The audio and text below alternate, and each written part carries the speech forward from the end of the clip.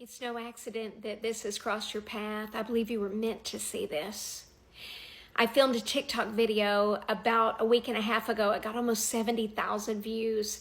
I was praying and searching, and I said, Lord, what's the next message you want me to share to follow up from that video that can help the people you're calling me to serve? And I got quiet, and I heard very clearly, share your story.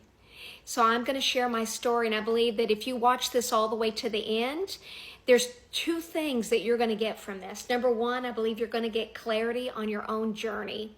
You'll be able to see how God can turn pain and setbacks and even failure into purpose, and it can give you hope and direction for this new chapter or season of your life. Number two, I'm going to share some proven lessons from my own life and experience that I believe you can apply that can help you to have your own breakthrough. So if you're new to my channel, I'm April. Welcome. I'm so grateful you're here. Please follow my channel, and then if this was resonating with you or helpful, please type, yes, this was inspiring for me in the comments below. So with that said, I grew up in a military family. When I was born, I didn't have a father. My biological father was not in the picture. My mom was single. She met a man in the military that she got married to. He legally adopted me, so he was my dad. He raised me just like I was his own. Matter of fact, I didn't find out he adopted me until I was around 12 years old. My dad passed away about 3 months ago, and I miss him very much. But as we moved from city to city, I have 3 younger brothers, and I had 2 older siblings. So altogether, we had a family of 6 kids. We didn't have much money back then. My mom was a stay-at-home mom. But we went to church every Sunday, and they provided the best they could for us. And we had a good time at times. So the last year my dad was in the service, he was stationed in Okinawa, Japan. My mom stayed in the United States in Decatur, Alabama. That's where we lived at the time, to raise me and my 3 younger brothers. While my dad was away, I got involved in an abusive relationship where I ended up getting pregnant at 17 years old. And my dad came home, finishing up his tour over there, only to find out that his daughter was now going to be giving birth to a child. I ended up dropping out of high school. My parents did not want me to do that, but I was too young to know any better. I was in this unhealthy relationship for 6.5 years. Finally found the courage to leave. And I moved to Indianapolis, where my mom and dad lived at the time. This was around 1995. I had 2 little kids. I was a single mom, no education, high school dropout, starting over, and I was making $9 an hour.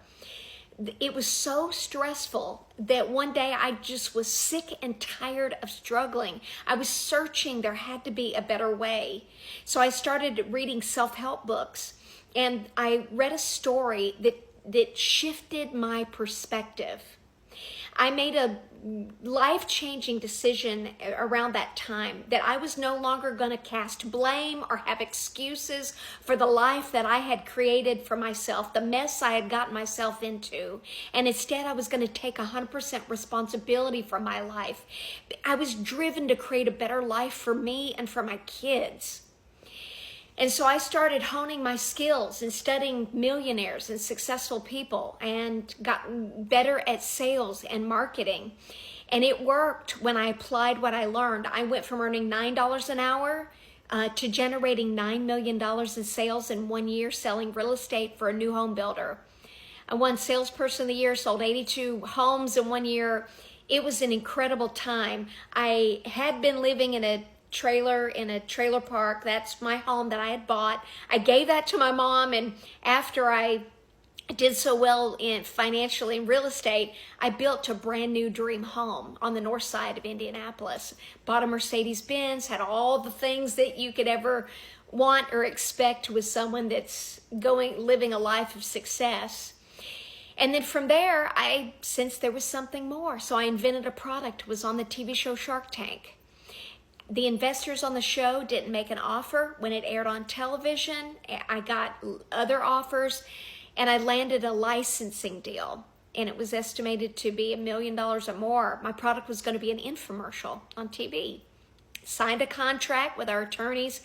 About 5 months later, they canceled the entire deal. And I had gotten myself into a financial mess. I lost everything. Lost my home in foreclosure, short sale, called my bank, said I can't afford this Mercedes anymore, please pick it up. They picked it up. I had a garage sale, sold all my gold, everything that I had, and I moved in with my fiance, who is now my husband. So I hit rock bottom.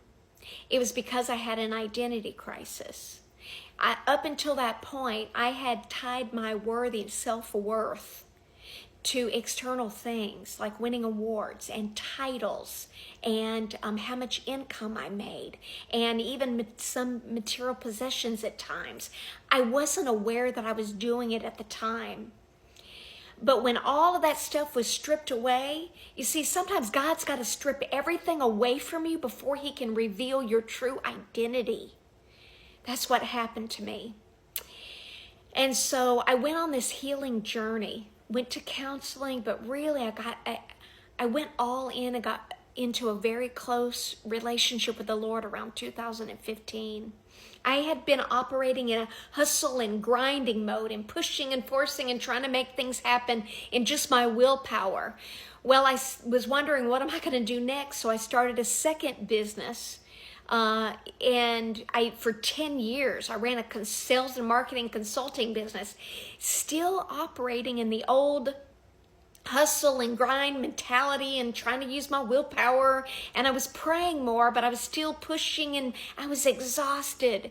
After about 8 years, just past 2020, that year, I had a profitable year that year. I had been paying for Facebook ads. It wasn't working anymore. The same messaging, the same funnels stopped working. And here I was at another crossroads going, Lord, what do I do? My daughter acted like, my youngest daughter acted like, that was 9 years old at the time with my current husband. She acted like she didn't want to hug me or be around me, and my marriage was unraveling. The business was declining. I was like at my wit's end, and I just again turned to God. God, what do I do? Help me. And that's when the Lord drew me into a 100-day trusting God experiment. And what started out as that experiment turned into a lifestyle that I now call the surrendered way. So I let go of hustling and grinding the old way, and I began to instead of follow my will and my plans and trying to push and do it by myself, which is exhausting and not sustainable, I crossed over into allowing God to lead me, into following God's will and plan for me. And I did that through a close personal relationship with the Lord every day, spending time seeking Him. And what's on the other side of that has been my marriage has healed, my relationship with my daughter restored, getting closer and closer every day. I know my calling. It's what the message that I'm sharing now, sharing this message on TikTok and the surrendered company, the surrendered way. There's more to come around that. I'll share more soon. But that's what I'm here to do, to be a guide on other people's journey and share it through videos like I'm doing now. But it's just been incredible. So the main takeaway is your worth and value is not tied to anything that you do or how much money you make. It's tied to your identity in Christ. And you following God's will and plan for you in relationship with Him, doing it, is far better than anything you could ever hope, ask, or imagine. He will reveal your calling when you do that. I hope this resonated. I got more on this coming soon. Please subscribe, follow my channel, type yes, this inspired me below, and I hope this was helpful. I'll see you soon. Bye.